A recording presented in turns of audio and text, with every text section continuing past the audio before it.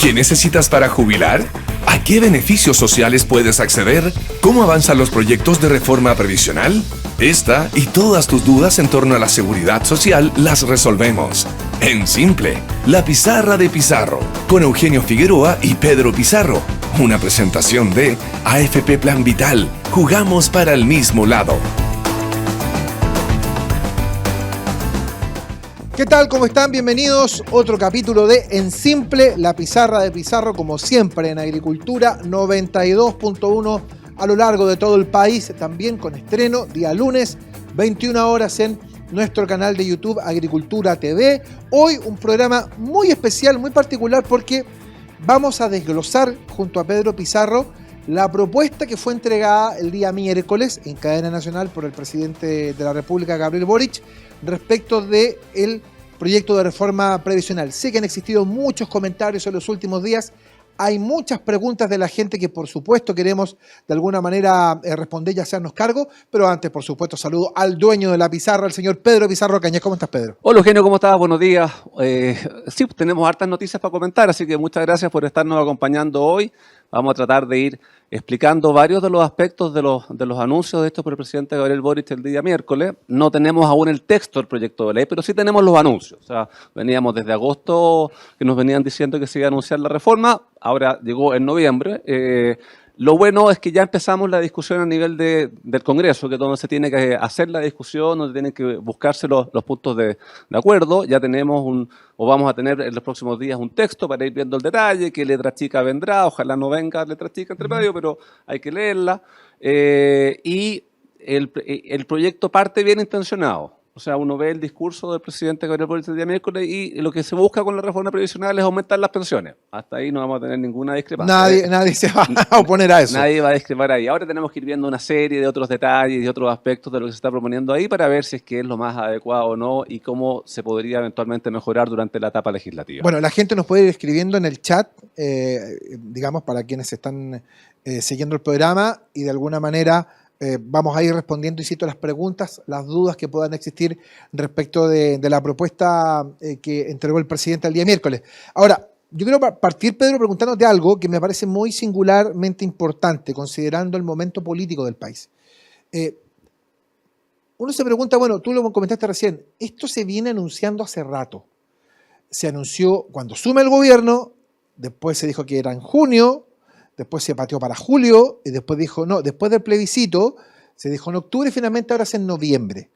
¿Por qué crees tú que se demoró tanto el gobierno en presentar esta reforma, que claramente es una de las expectativas más altas que tiene la gente respecto de los temas cotidianos que hay que resolver? Creo que hay varias razones ahí. O sea, lo primero, generar una reforma previsional no es un tema simple. O sea, una reforma previsional es un tema complejo, un tema que tiene que verse entre varios ministerios. Habitualmente hay más de una idea sobre el tema dentro de los propios gobiernos. Es algo que ocurre en la discusión. Por otro lado, recordemos que hasta el 4 de septiembre el gobierno tenía otra preocupación en mente. Entonces, después de eso, probablemente se le puso más energía para lograr sacar la reforma previsional. Entonces, claro, los tiempos no son tan fáciles, pero ya tenemos una discusión, también hubo un proceso de diálogo, que no sé qué tan necesario ha sido, pero también hubo una etapa previa ahí de discusión y una etapa prelegislativa. El diagnóstico está más o menos claro, hace rato, más o menos, ¿no? Claro el diagnóstico. Se habían hecho algunos anuncios de cosas que no vienen ahora.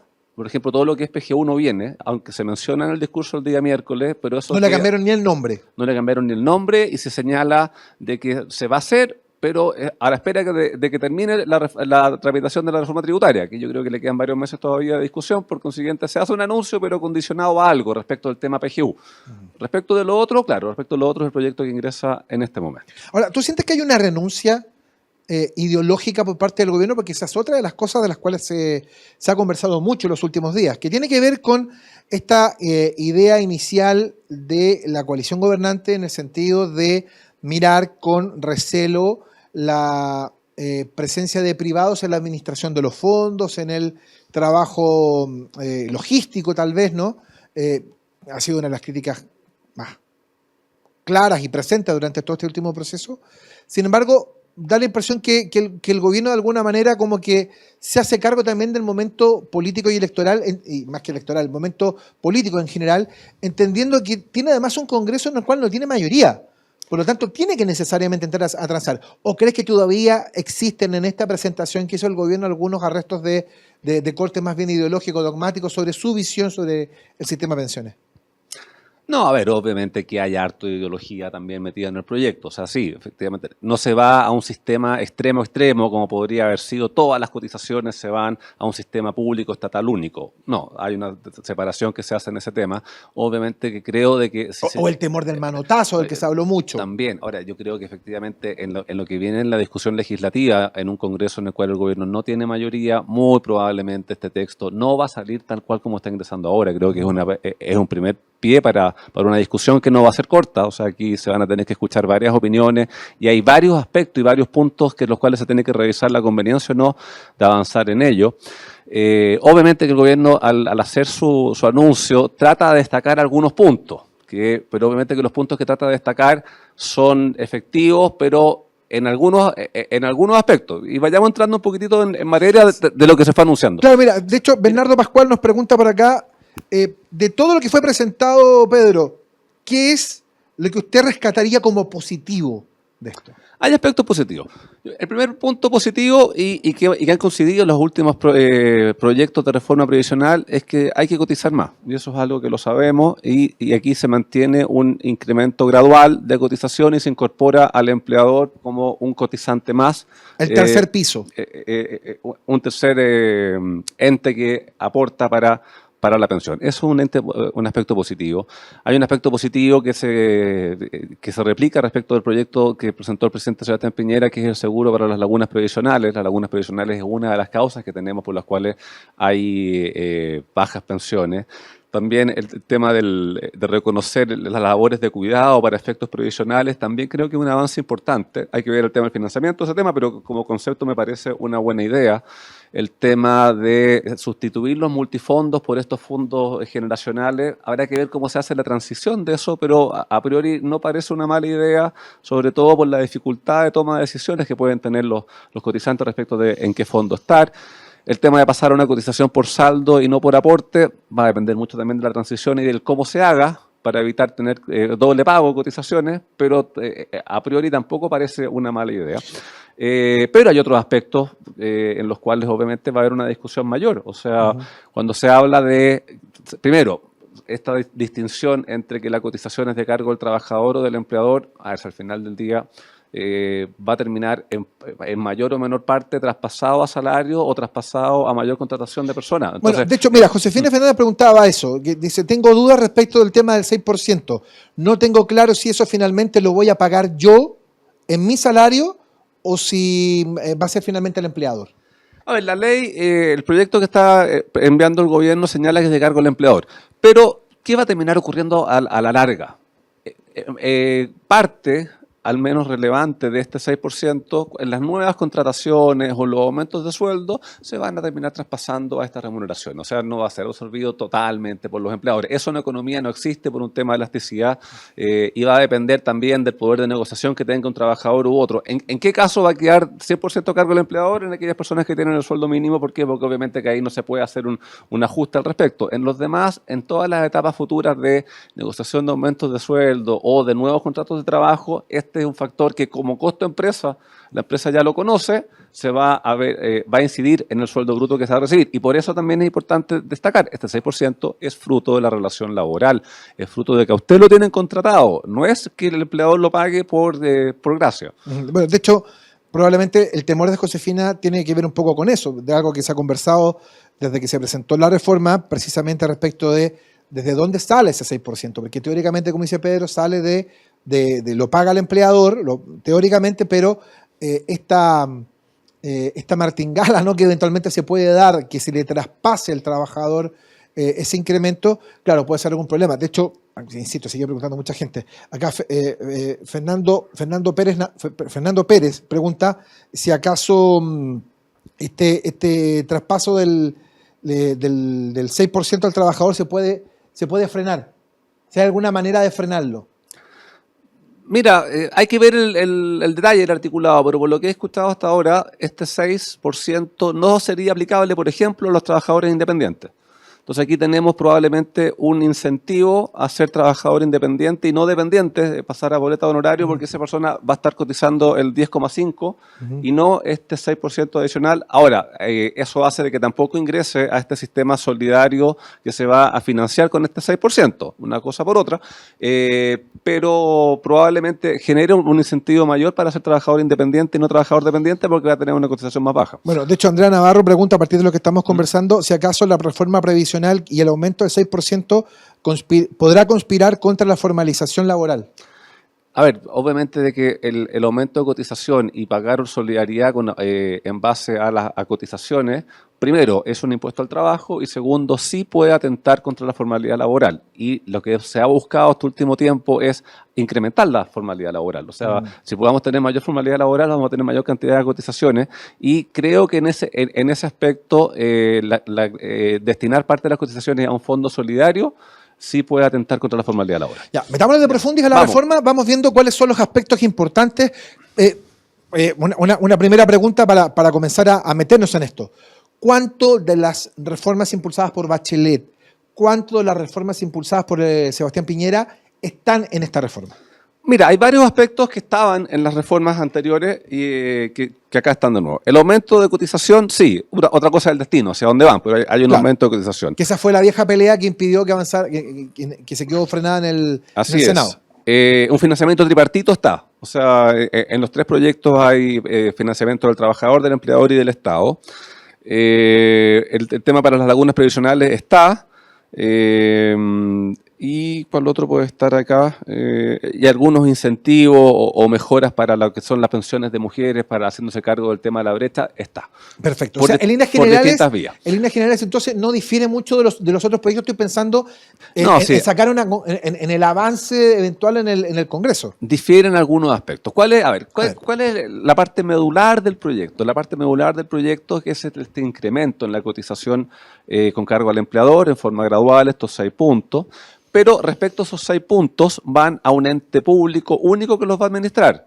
Va un 70% a unas supuestamente a cuentas individuales, pero en la práctica son cuentas nocionales, que cuentas nacionales son documentos que van a tener una rentabilidad dada por ley para el día que la persona se llegue a pensionar, y otro porcentaje de ese 6% va para un fondo solidario colectivo que va a ir pagando pensiones, reconociendo años de cotización y mayores pensiones para mujeres que para hombres. No va a la cuenta individual a la misma que tú y yo tenemos hoy día. O sea, respecto a ese 6% adicional, no hay libertad de elegir quién lo administra. Eso va todo para el ente público. Y respecto a ese 6% adicional, no hay derecho de propiedad. Eso va para financiar este sistema solidario. El hecho de que no haya derecho de propiedad respecto a ese 6% hace que, por ejemplo, no haya herencia respecto a ese 6%. Entonces, cuando el gobierno dice se está manteniendo el tema del derecho de propiedad y se está manteniendo la libertad de elegir, lo está diciendo única y exclusivamente respecto del 10% que ya existe. Porque respecto del 6% que crea ahora, no hay ni derecho de propiedad ni libertad de elegir quién lo administra. Perfecto.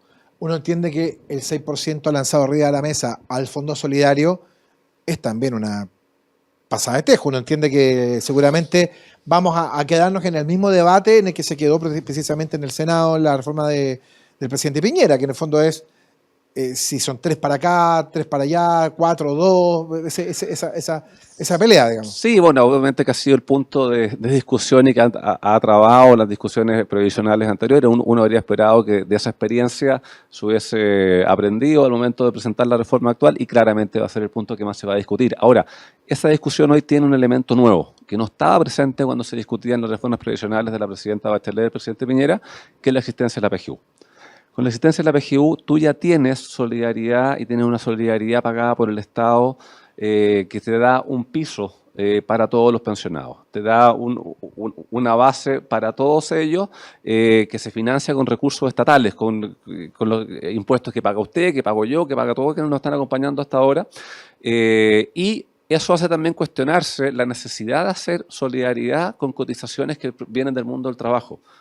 Yo soy de la idea de que tú tienes que la solidaridad financiarla con la PGU, que se va a reforzar, que el presidente Boric ha dicho que la quiere reforzar. Veremos qué ocurre con esto cuando ingresa el proyecto de reforma a nivel de PGU, pero la solidaridad tiene que ir marcada con lo que ocurre con la PGU y los aportes que vienen del trabajo tienen que ir hacia las cuentas individuales.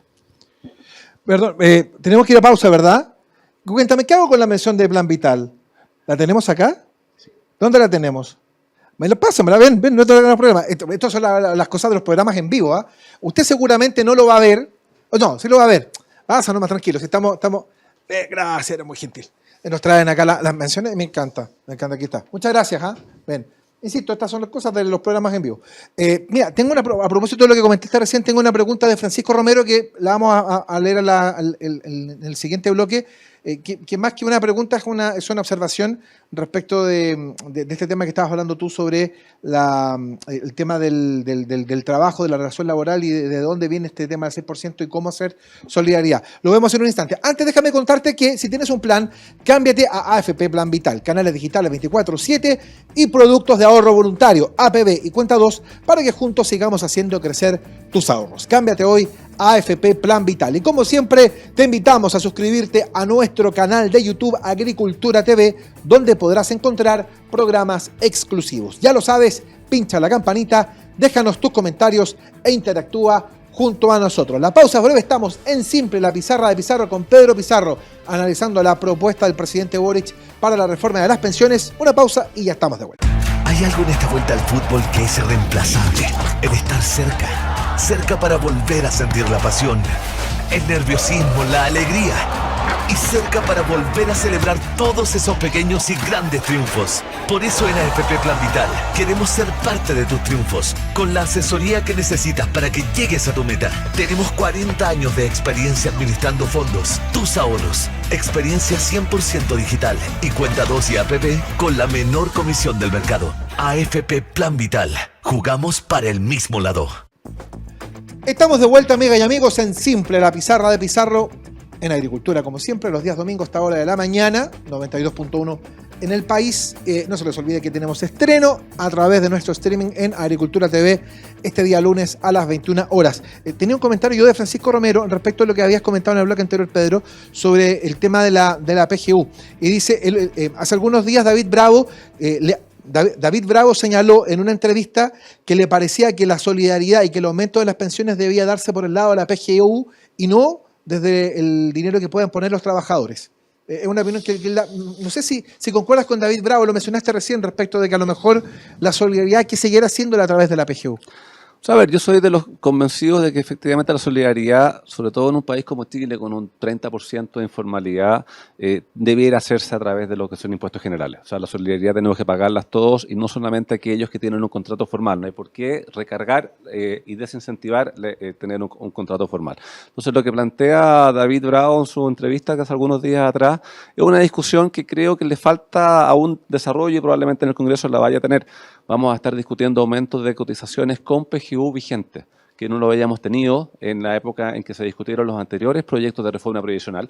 Y ahí tenemos que ver también cómo incide esta PGU en la tasa de reemplazo. Tasa de reemplazo es cuánto es el porcentaje respecto de tus últimas remuneraciones que recibes con la pensión de ahora, porque obviamente que incide en esa tasa de reemplazo.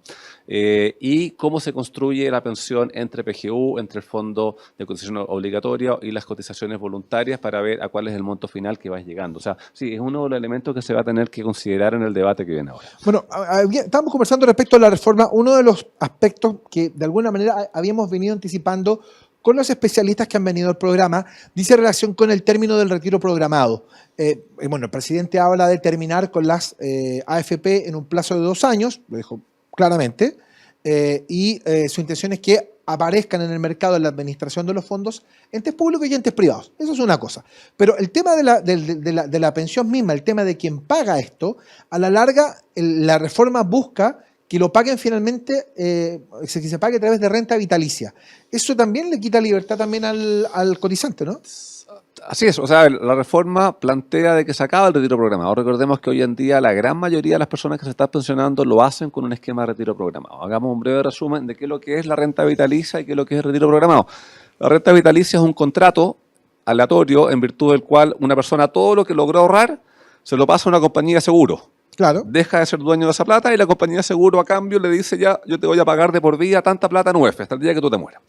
A nivel de seguridad social te permite un monto fijo permanente hasta que la persona fallece y deja la contingencia de sobrevida cubierta. ¿Por qué? Porque durante toda la vida, da lo mismo que tú vivas 2 meses después de haber firmado el contrato o vivas 50 años más después de haber firmado el contrato. Te pagan todos los meses de tu vida de ahí en adelante. Mientras que el retiro programado es de la propia plata que tú vas a ir ahorrando, tú vas sacando una parte. El resto sigue invertido con las rentabilidades y con la tasa de interés que exista. Habitualmente el monto de retiro programado parte más arriba de la renta vitalicia, pero va decayendo en el tiempo. Llega un momento que se empata y después sigue hacia abajo. Y ahí las personas van eligiendo por diversos factores el sistema que más les conviene. Ahora, uno podría compartir, y esto la comparto también, que es mejor tratar de incentivar la renta vitalicia, que podría ser preferible tener una renta vitalicia. Pero yo creo que eso se tiene que hacer con incentivos. Yo creo que eso no habiendo seguro de longevidad, que era otro de los temas que estaba sobre la mesa. Era otro de los puntos que no viene en la reforma, al menos por lo anunciado. No conocemos el texto aún, pero al menos por lo anunciado eso no está. Pero el incentivo tiene que ponerse primero, creo yo, eliminando la barrera de entrada que hay para renta vitalicia. Hoy en día una persona que no logra financiar determinado monto con una renta vitalicia no puede contratarla. Si tú eliminas eso, probablemente más personas van a ir a un esquema de renta vitalicia, que es una de las cosas que se quieren lograr. Lo segundo, se genera como un híbrido, porque se habla de una renta vitalicia con herencia. ¿Qué significa eso? Significa de que si la persona fallece antes de determinada cantidad de años desde que contrata la renta vitalicia, parte de esa prima te la van a devolver. Que eso suena súper bien, pero en la práctica, ¿qué implica eso? En la práctica eso implica que la renta vitalicia que te van a pagar va a ser menor. ¿Por qué? Porque para asegurar... Además ya existe la pensión de sobrevivencia en el concepto... sí, pero una cosa es la pensión de sobrevivencia y otra cosa es la herencia, que te devuelvan parte de la prima. Entonces eso, claro, suena bien, pero eso implica que la renta vitalicia que te pagan es más baja.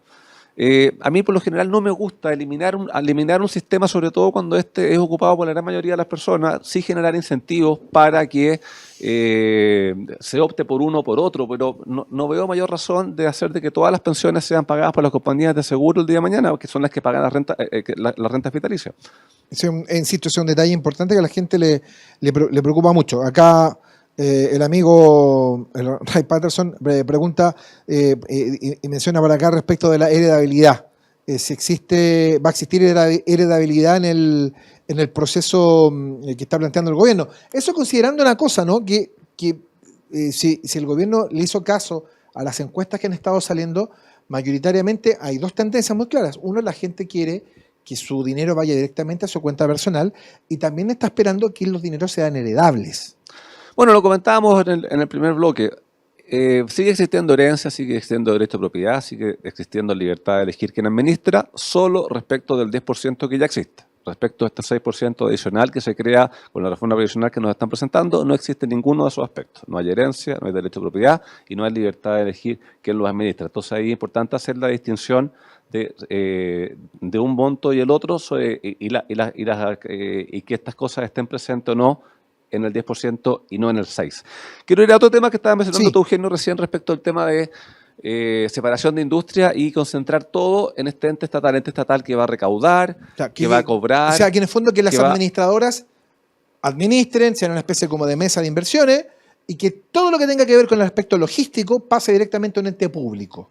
Sí, eso es lo que se está proponiendo. Ahora, se señala que aquí hay economías de escala, que no las conocemos bien, hay que conocer bien el detalle.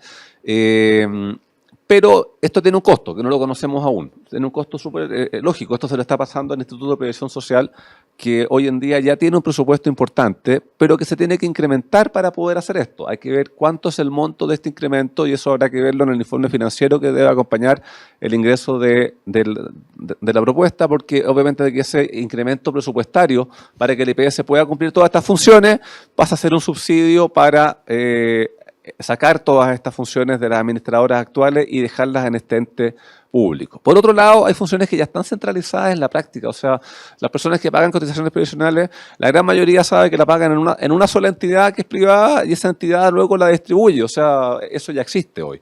Y no se ve mayor razón para estar haciendo el cambio en ese tema. Tampoco queda tan claro cómo esto va a incidir en el cambio de las comisiones que se cobren, porque probablemente estas economías de escala ya se han ido realizando y la experiencia para poder hacer todo esto ya está. Mientras que ahora vamos a entrar con una sola entidad pública que va a tener que probablemente aumentar su dotación de funcionarios para poder hacerlo de buena manera y empezar todo un proceso de aprendizaje para poder hacer esto bien. Ahora, y tampoco queda claro si todo esto lo va a hacer en forma directa o lo va a licitar. Porque si lo va a licitar, bueno, es volver, pero con la misma vuelta. Vía. Exactamente. Sí, de hecho, fíjate que a propósito de lo que hablábamos en un comienzo, respecto de cuánto de dogma, cuánto de ideología existe en esta reforma, quizá en este aspecto es donde se nota mayormente. Bueno, en el fondo lo que ellos buscan es que exista un administrador privado, pero un administrador público, quiero decir, de todos estos aspectos logísticos, que lo haga sin fines de lucro, es decir, que no haya cobro de comisiones y en fin, una serie de cosas, sí tiene un privado por hacerlo. Entonces ahí es donde de alguna manera ellos hacen sentir ese peso. Claro, pero tú aquí estás reemplazando el cobro de la comisión por el mayor financiamiento a través de la ley de presupuesto para el funcionamiento de esta entidad pública. Por algún lado se paga. O sea, aquí no existe magia en este tema. O se paga por comisiones o se paga por incremento de la ley de presupuesto para poder dar este servicio de buena manera. Y por otro lado, tampoco conocemos el costo que hay fiscal que hay en el aumento de esta cotización, que también lo tenemos que ver en el fondo financiero y ver si está financiado, porque el Estado es empleador, paga remuneraciones. Entonces, si estamos incrementando las cotizaciones con cargo al empleador, el Estado también va a tener que aumentar su presupuesto para hacer este aumento en el pago de las cotizaciones previsionales. Mira, ahora, Catalina Méndez está en la misma línea. Si no estoy de acuerdo en seguir incrementando el trabajo en el Estado con el tema de la entrega finalmente de la administración final a través de IPS. En el fondo, claro, como dices tú, hay una vuelta larga. O sea, sí, y ahí hay otro detallito que es importante, que no se ha hablado mucho, pero que lo vamos a ir viendo en los días que vienen. Respecto de lo que ya está cotizado, esto se mantiene en las entidades que cada persona tiene decidido que estén. Pero los 10% que se empiecen a pagar desde que entre en vigencia la ley esta, si se llega a aprobar, eso va por defecto a este ente público que está administrando también el 6. Salvo que la persona diga expresamente que quiere que vaya a otra entidad, pero por defecto va a ir a la entidad pública. En vez de respetar la decisión que ya se ha tenido, que se tiene respecto de lo que se está cotizando y lo que está ahorrado hasta hoy. Eso también es un detalle importante al momento de la discusión que se dé en el Congreso de por qué tiene que ir por defecto a una entidad u otra y no se deja a la decisión de la persona cambiar hacia esta entidad pública con el 10% que se va a seguir cotizando también. Sí, acá María Paz dice, más burocracia, ¿hasta cuándo?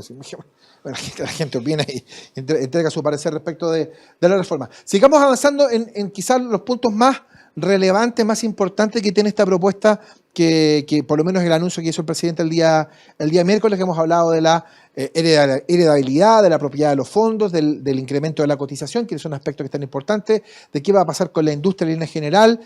Aquí va a haber un cambio importante también, lo mencionabas tú, respecto de los multifondos. Es un aspecto importante también. Sí, hay un cambio importante respecto a los multifondos. ¿En qué sentido? Hoy en día sabemos que existen 5 multifondos. 2 que son voluntarios, el A y el E. El A es el que tiene mayor renta variable, o sea, el que tiene mayor riesgo, y el E es el más conservador, que tiene mayor cantidad de renta fija, y el B, C y D, que son una mezcla intermedia entre esto, y la persona tiene libertad de elegir en qué multifondo quiere estar, y por defecto, a determinada edad, si la persona no ha elegido, se le va asignando a uno u otro. Ahora, esto se cambia a unos fondos generacionales, es decir, uno se va a mantener en el mismo fondo toda su vida, pero ese fondo va a ir variando su composición entre renta variable y renta fija a medida que la persona vaya aumentando en edad. En la práctica es como un multifondo, pero automático, que te va a ir cambiando, y eso va a evitar que personas que probablemente tendrían que estar en un fondo más conservador se vayan a uno más agresivo y viceversa. A mí a priori me parece una buena idea. ¿Por qué? Porque la toma de decisiones respecto de qué multifondo estar no es simple. Y hay que facilitarle la vida a las personas e ir tomando decisiones que ayuden a que tengan mejores rentabilidades el día de mañana. Ahora bien, ¿quién va a decidir qué contiene cada uno de estos fondos? Es algo que habrá que ver qué dice el proyecto de ley para ver dónde va a estar invertida esa plata. Sobre todo, recordemos, porque gran parte de esa plata va a estar en este fondo público que podrá tener eventualmente algún tipo de conflicto de interés en dónde invierte. ¿Por qué? Porque podría terminar invirtiendo probablemente en entidades públicas o privadas, tal como lo hacen las administradoras actualmente, pero la fiscalización ahí es distinta, ¿Por qué? Porque no son privados que están siendo fiscalizadas por una entidad pública, sino que son un público con otro que va a estar siendo fiscalizado con este tema. Entonces hay harto detalle que hay que entrar a revisar respecto de la administración de estos multifondos, pero a priori me parece una buena idea ir haciéndolo automático con esto. Hay que ver también cómo se hace la transición, porque si eso va a obligar a tener que liquidar mucha inversión para ajustar las carteras, bueno, esa venta de esas carteras, si se hace en un corto plazo, puede afectar en el precio y eso también afecta en la rentabilidad de los fondos. Sí, bueno, el tema de los multifondos también contribuyó a la aparición de algunas empresas que jugaban al casino, básicamente. Y lo peor es que jugaban al casino con la plata de otro y no con la plata propia. Digamos, sí, esa es una de las tantas cosas que ahora, hay otro tema también que se menciona y que es importante destacarlo. Se menciona la PGU y las mejoras. Sí. Pero a ver, ahí... Ahora, perdona, esto es un buen detalle porque en algún momento se pensó que el proyecto iba atado a la PGU, sí. Y eso, aparentemente eso no va a ocurrir. Al tiro. No va ningún cambio a PGU en lo que se ha anunciado hasta ahora y se señala que eso queda a la espera de la reforma tributaria, tal como dijimos al comienzo. Ahora, se señala que se quiere avanzar gradualmente hasta una PGU de 250.000 y seamos honestos. Eso no tiene ninguna ciencia, ninguna gracia mayor decirlo. ¿Y por qué lo digo? Porque la PGU se reajusta automáticamente por la ley ya vigente. Tan claro es esto que ya en el mes de febrero que viene, si es que el IPC de los meses de noviembre y diciembre va más o menos por lo que se está estimando, vamos a tener una PGU que va a estar cercana a los 210.000 pesos, automáticamente.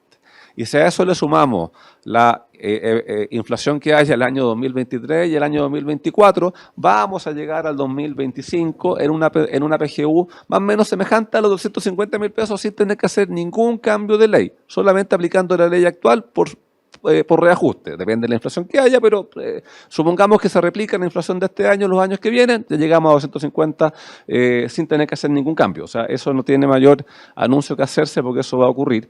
Y lo otro es que se señala de que se va o se iría a eliminar lo que es el test de afluencia. Creo que es una buena idea, sobre todo viendo los problemas que tuvo el gobierno actual en implementar ese test de afluencia, que claramente no lograron dar con el instrumento adecuado y fue quedando gente fuera que no debía quedar fuera. Entonces creo que es un reconocimiento explícito a esa dificultad que se ha tenido con el test de afluencia, pero es una buena noticia. Pero lo malo es que eso no viene ahora. Eso es solamente un anuncio, pero condicionado y a futuro. Así es. Bueno, es un tema que sin duda a la gente le interesa mucho. Síganos escribiendo, estamos recibiendo sus comentarios y sus opiniones acá en Siempre la Pizarra de Pizarro. Vamos a marcar una pequeña pausa. Antes te quiero contar que si tienes un plan, cámbiate a AFP Plan Vital, canales digitales 24/7 y productos de ahorro voluntario APB y Cuenta 2 para que juntos sigamos haciendo crecer tus ahorros. Cámbiate hoy a AFP Plan Vital y como siempre te invitamos a suscribirte a nuestro canal de YouTube Agricultura TV, donde podrás encontrar programas exclusivos. Ya lo sabes, pincha la campanita, déjanos tus comentarios e interactúa junto a nosotros. Estamos junto a Pedro Pizarro haciendo en Simple la Pizarra de Pizarro en Agricultura. La pausa y ya estamos de vuelta. Hay algo en esta vuelta al fútbol que es irreemplazable. El estar cerca para volver a sentir la pasión, el nerviosismo, la alegría y cerca para volver a celebrar todos esos pequeños y grandes triunfos. Por eso en AFP Plan Vital queremos ser parte de tus triunfos, con la asesoría que necesitas para que llegues a tu meta. Tenemos 40 años de experiencia administrando fondos, tus ahorros, experiencia 100% digital y Cuenta 2 y APB con la menor comisión del mercado. AFP Plan Vital, jugamos para el mismo lado. Bien, ya estamos de vuelta aquí en Siempre la Pizarra de Pizarro, como siempre en Agricultura, los domingos por la mañana, con estreno el día lunes, 21 horas, en nuestro canal de YouTube. Están llegando muchas preguntas, de hecho hay una por acá de Francisca Correa que pregunta, Pedro, ¿hasta qué punto el gobierno se hace cargo del documento que entregó la oposición, más el Partido de la Gente, respecto del tema de las pensiones? Buena pregunta la de Francisca, porque eso tiene mucha relevancia con la viabilidad política de la reforma que se está presentando. Recordemos que Chile Vamos, junto con el Partido Republicano y el Partido de la Gente, presentaron hace un par de semanas atrás un documento público en que señalan 5 aspectos en los cuales ellos esperan que estén presentes en la reforma previsional y que lamentablemente la gran mayoría no está. ¿Cuáles son los 5 puntos? 1, mantener el derecho de propiedad sobre las cotizaciones, y eso hemos visto que se mantiene solo respecto de los 10 puntos que ya existen, pero no se mantienen los 6 puntos adicionales. El segundo punto era mantener la libertad de elegir quién administra los fondos, y eso se mantiene respecto de los 10 puntos que hoy ya tenemos, pero no se mantiene respecto de los 6 puntos adicionales que se crean con esta reforma. Se pedía ahí que la solidaridad se haga con cargo a la pensión garantizada universal, que eso se financia con impuestos generales, que los pagamos todos nosotros, y vemos que la reforma previsional no trae eso, sino que genera un sistema solidario colectivo con cargo, aparte de estos 6 puntos que de aumento de cotización de cargo del empleador que van en la reforma previsional. Se pedía también que la PGU y las mejoras a la PGU se tramitasen por separado, con la discusión en lo contributivo, y ahí se recoge, pero yo creo que se recoge al revés de lo que se estaba pensando. O sea, obviamente que la discusión en PGU va a ser mucho más rápida y simple a nivel legislativo que la discusión que va a tener esta reforma previsional, porque esta reforma previsional requiere mucha discusión, requiere mucho análisis, requiere muchas opiniones. Estábamos viendo una serie de aspectos que se van a tener que analizar por separado en la discusión legislativa, mientras que la discusión de PGU, un incremento de beneficio, un aumento de cobertura, estando financiado, son pocas las personas que se van a oponer a eso. Entonces, en respuesta a Francisca, recogería, pero al revés, el tema de separar los proyectos, y lamentablemente los otros aspectos no estarían recogidos en lo que se ha anunciado, y creo que eso va a complicar la discusión legislativa, y eso es una muy mala noticia, Eugenio. Es que ese es uno de los puntos, porque, a ver, todos estamos muy claros que hay que hacer una reforma previsional. Llevamos más o menos 15 años buscando precisamente esa reforma. Quizás los únicos avances concretos y reales fueron tanto el pilar solidario de la presidenta Bachelet como la PGU del presidente Piñera, que son cambios que de alguna manera alteran la naturaleza exclusivamente de la capitalización individual que tenía el sistema previsional chileno. Es un avance, pero los diagnósticos están absolutamente ya hechos. Da la impresión, claro, lo dijo el mismo presidente en su discurso, en realidad hay que hacer la reforma ya. Entonces, cuando existe semejante sentido de urgencia, uno piensa que necesariamente hay que realizar esa reforma buscando precisamente esos consensos que permitan avanzar en ese proceso. En el gobierno anterior ya se había votado ya favorablemente la reforma previsional en la Cámara de Diputados y quedó encallada en el Senado. Se supone que, no sé, no recuerdo muy bien, a lo mejor la cosa no es así, pero tengo entendido que ingresaba por la Cámara la propuesta del presidente. Entonces, bueno, ¿estarán los votos suficientes para que esto pueda avanzar? Bueno, eso lo vamos a ver durante la discusión legislativa. Yo tengo más o menos claro que el proyecto no va a salir tal cual. Y tengo claro también que el gobierno sí lo sabe. O sea, ¿En qué punto crees tú no va a salir igual? A ver, yo creo que destinar los 6 puntos a un esquema solidario de capitalización colectiva es poco realista que pueda eso ocurrir. Aparte que eso tampoco ayuda a mejorar las pensiones en forma sustantiva. O sea, si uno piensa aumentar 6 puntos, debiese involucrar por una ecuación lineal aumentar en un 60% el monto de las pensiones. Entonces, si a ti te empiezan a mostrar distintos gráficos, distintas figuras en que con este aumento de cotización el incremento de la pensión anda más o menos por cercano al 60%, bueno, es lo mismo que te ocurriría si las plata tú las mandas a la cuenta individual. O sea, no tiene mayor diferencia ir hacia un lado o de otro, pero perdiendo libertad, perdiendo derecho de propiedad. Entonces, tiene más contras que pro irse por un camino que por el otro. Ahora, el gobierno va a tener que entrar a conversar y negociar, y en buena hora, sí, para eso el Congreso, para buscar los acuerdos, pero eso va a demorar un tiempo, y eso es una mala noticia para las personas que están esperando que la reforma en lo contributivo salga. Ahora, sería un fracaso enorme para este gobierno no lograr aprobar una reforma previsional, sobre todo conociendo las experiencias de las reformas anteriores, y sobre todo teniendo claridad respecto del diagnóstico y teniendo claridad respecto de lo que la mayoría de la ciudadanía quiere y lo que el Congreso y la composición del Congreso está en disposición de aprobar o no aprobar una reforma previsional hoy día.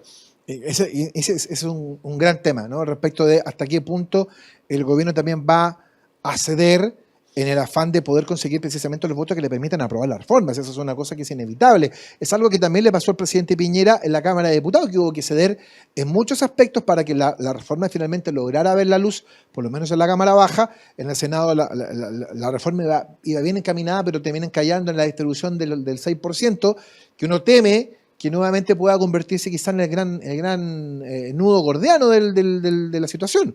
En el fondo, uno ve la reforma, claro, hay varios aspectos que tú mencionas y que seguramente tienen asidero y que van a ser objeto de la discusión, pero quizá nuevamente el tema mayor es hacia dónde va el 6% y quizá también el tema de la administración a través de un ente único público también puede generar algún tipo de ruido. Sí, yo concuerdo contigo, Eugenio. Creo que van a ser los dos puntos primordiales en los cuales se va a centrar la discusión. Habrá que ver qué ocurre ahí en las conversaciones que se tengan que hacer. Entiendo que el proyecto entra por la Cámara. La Cámara ya salió un comunicado de lo que mencionábamos recién, que más o menos el 50% de la Cámara, o sea, más o menos te marca un camino por ese lado. Por supuesto. El Senado creo que lo tiene más complejo el gobierno aún. Pero hay que conversarlo, hay que negociarlo, como siempre ha ocurrido en este tipo de reformas. Creo que la buena noticia es que ya empezó la discusión en el Congreso, que es donde se va a dar. Y ahora habrá que ver qué derrotero sigue durante esta tramitación y viendo qué opiniones hay que hacer todas las modelaciones, hay que ir haciendo todos los esquemas para lograr estos puntos de entendimiento.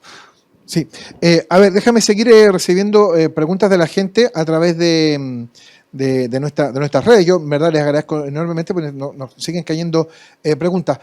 Miran, va esa pregunta por acá respecto de la mejoría de la PGU. ¿Cuánto tiempo tendremos que esperar para ver un reajuste significativo? Eso va a depender de la reforma tributaria. Es que, a ver, el reajuste, ahora entiendo que Miriam está preguntando por incremento en el monto de la PGU. Por supuesto. El reajuste está por ley. Claro, el gobierno aspira a tener 250.000 pesos como base. Sí, pero a ver, lo más probable es que al término del periodo del presidente Gabriel Boric estemos en 250.000 solamente por reajuste. Y eso no requiere cambio legal alguno. Eso Perfecto. ya está en la ley y va a ser así.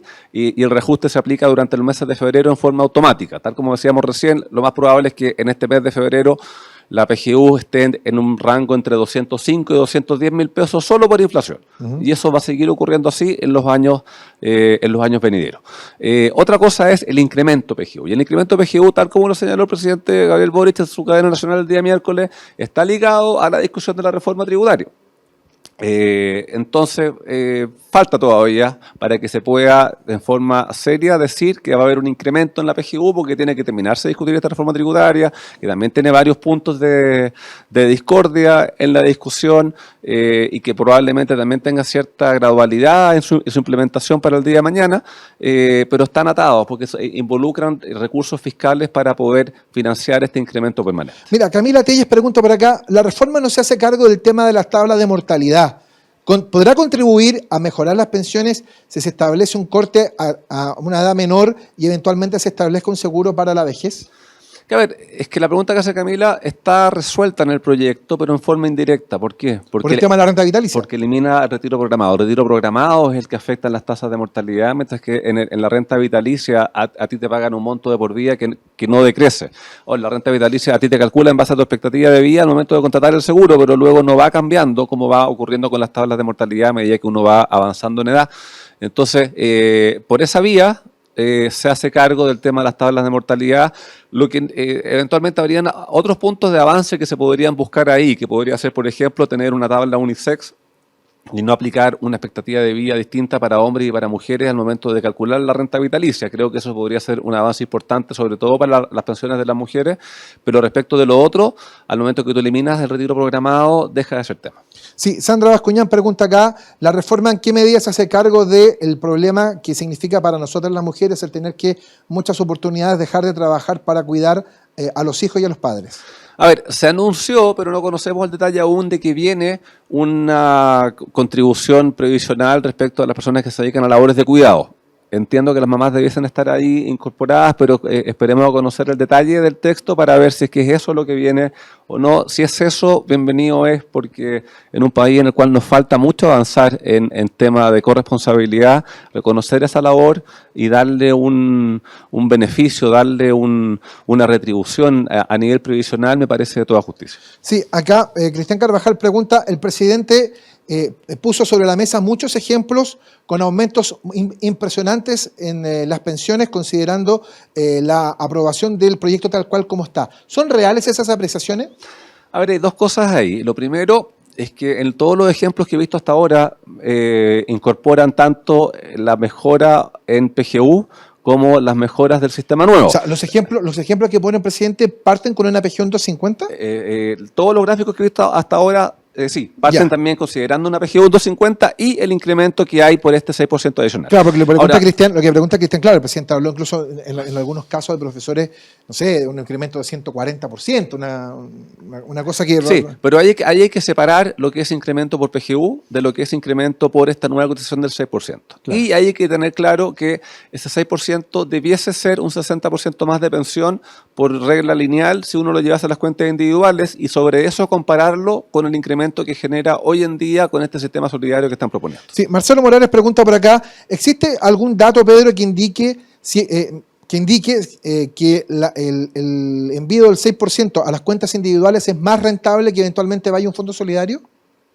Hay varias evidencias al respecto. Recordemos que ese 6%, una parte va a ir a una cuenta nacional con una rentabilidad, creo que es del 4% por ley. O sea, esa rentabilidad al final se paga con ley de presupuesto porque no está invertido. Esa plata se ocupa hoy, pero se reconoce para el día de mañana. O sea, perdón, por ango por manga, la plata que uno pone al momento que uno se jubile va a tener evidentemente un reajuste. El tema es que no sabemos si ese reajuste hubiese sido mayor por el que establece por ley, que eventualmente el que podría obtener a través de un fondo privado. Digamos. Así es, pero si uno ve las rentabilidades históricas que han tenido las cuentas individuales, uno ve que estas están sobre el 4%. Entonces, si eso se mantiene hacia adelante, lo que va a ocurrir es que esa rentabilidad que te están reconociendo hoy por ley va a ser más baja que la rentabilidad que tú habrías tenido si eso hubiese estado en una cuenta individual, invertido realmente, y eso obviamente que va a incidir en el monto final de la jubilación que tú vas a tener. Ese es un detalle importante porque la gente probablemente en este tema de la cuenta nacional, la duda parte un poco por eso. La gente entiende que la cuenta nacional es básicamente una especie de vale vista cobrable a 10, 15, 20 años, digamos. Sí, y la cuenta nacional es un instrumento que se ocupa, veíamos en capítulos anteriores con Elisa Cabezón, se ocupa, por ejemplo, en Suecia, pero se usa cuando estamos en procesos al revés, cuando estás pasando de un esquema de reparto a un esquema de cuentas individuales porque hay que seguir financiando el reparto y por eso es que se utiliza esa vía. Pero esa vía tiene el problema de que te castiga en rentabilidad. ¿Por qué? Porque te lleva una rentabilidad por ley que no necesariamente va a ser la misma que hubieses tenido si el plata hubiese estado invertida y eso termina implicando un castigo respecto de aquellas personas que están cotizando al día de mañana cuando se vayan a pensionar. Fernando Morales dice, no logro entender por qué quieren eliminar el retiro programado si es tan conveniente para aquellas personas que tomamos la decisión de seguir. Bueno, es lo que habíamos conversado respecto de... Lo mismo, y estoy de acuerdo con eso. O sea, creo que eso coarta libertad y mientras mayor cantidad de opciones uno tenga en el momento de pensionarse, creo que es mejor. Sí. Bueno, siguen cayendo muchas preguntas. Víctor Javier también insiste, dice, bueno, me preocupa el tema de la propiedad del 6%, me parece que tiene que ir a la cuenta individual. Bueno, esto también va en línea un poco con las encuestas, ¿no? Han salido, el otro día comentábamos, la encuesta Criteria el mes de julio, la encuesta que entregó José Lavea acá en el programa, que también apuntan un poco a eso. El gobierno se hace cargo de alguna manera en esta reforma respecto al respeto a la propiedad, hasta cierto punto, más allá de la discusión respecto al 6%.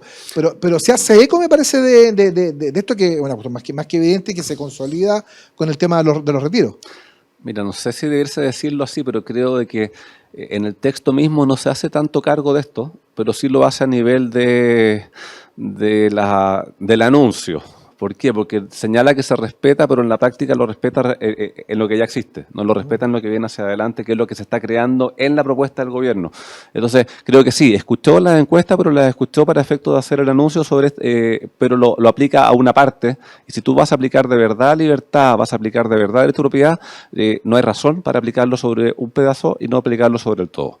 Que ese también es un detalle importante. La gente, insisto, la gente básicamente en líneas generales le parece cuestionable respecto al tema de la propiedad del 6% y parece que ahí va a estar nuevamente la madre de todas las batallas. Esa va a ser la gran discusión, obviamente, y vamos a tener en los programas venideros a distintas personas que tenemos ya contactadas, invitadas, que nos van a venir a exponer a favor y contra, porque aquí vamos a tener ambas posturas y vamos a ir ahí. Yo volveré a mi rol más de moderador en esa parte, pero quería en esta primera instancia ser yo el que diese algunos comentarios y vamos a tener interesantísimos invitados que nos van a venir a explicar las ventajas del tema solidario y nos van a venir otros a explicar las desventajas que tiene para que usted que nos está acompañando pueda tener una opinión sumamente clara al respecto durante esta discusión. Sí, acá Jorge Méndez pregunta. Me pegaste en el zapato. Perdona, que te están haciendo señas. Nos tenemos que ir ya. Perfecto.